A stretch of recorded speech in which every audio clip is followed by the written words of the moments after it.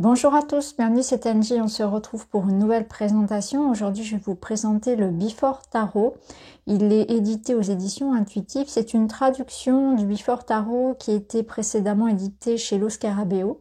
Peut-être que certains le connaissent déjà dans cette version. Donc c'est un tarot à tendance inspirée en tout cas du Rider-Waite, mais vous le verrez, il y a certaines modifications. Donc, je vais vous faire la petite présentation déjà du livret. Donc, le Before Tarot illustre les cartes à un moment antérieur aux dessins originaux du tarot traditionnel Rider-Waite. Donc là, vous le verrez sur les cartes, les illustrations sont vraiment un temps un petit peu avant les scènes qu'on a l'habitude de voir. Les concepts clés qui l'animent sont l'anticipation et la prévoyance. Alors bien sûr, vous pouvez l'utiliser comme un Rider-Waite traditionnel, libre à chacun.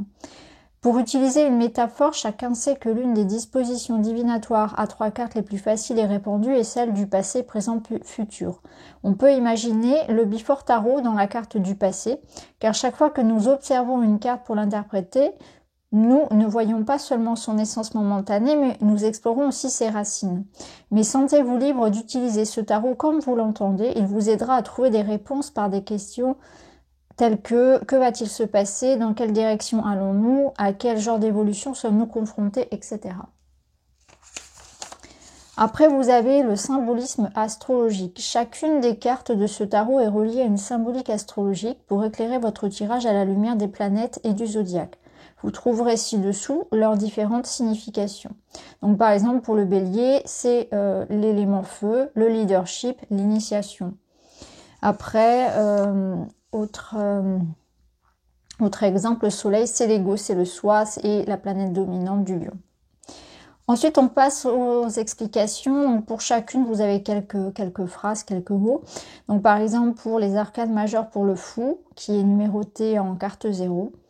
Le fou est un voyageur heureux, il a tout le temps du monde pour s'arrêter et sentir le parfum d'une rose. Donc les mots-clés, liberté, innocence, spontanéité.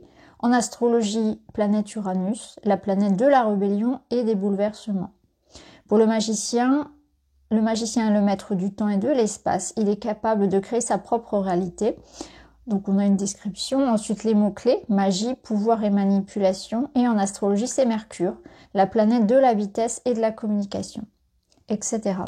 Si je vous donne un exemple avec les mineurs, donc par exemple la suite des deniers, l'as de denier est une carte pratique. Mots-clés, fertilité, efficacité et richesse. L'astrologie, le pouvoir de l'élémentaire. Une carte de cour, la reine de coupe, protège le royaume de l'eau avec la dévotion aqueuse et émotionnelle des 4 reines. Astrologie, elle symbolise le signe zodiacal du Cancer, signe cardinal de l'eau qui pousse à nourrir et à protéger. Donc voilà pour le livret qui est quand même assez court. Bon, ça reste un Rider-Waite traditionnel. Alors ce qu'on va faire maintenant, c'est qu'on va aller regarder les cartes une par une.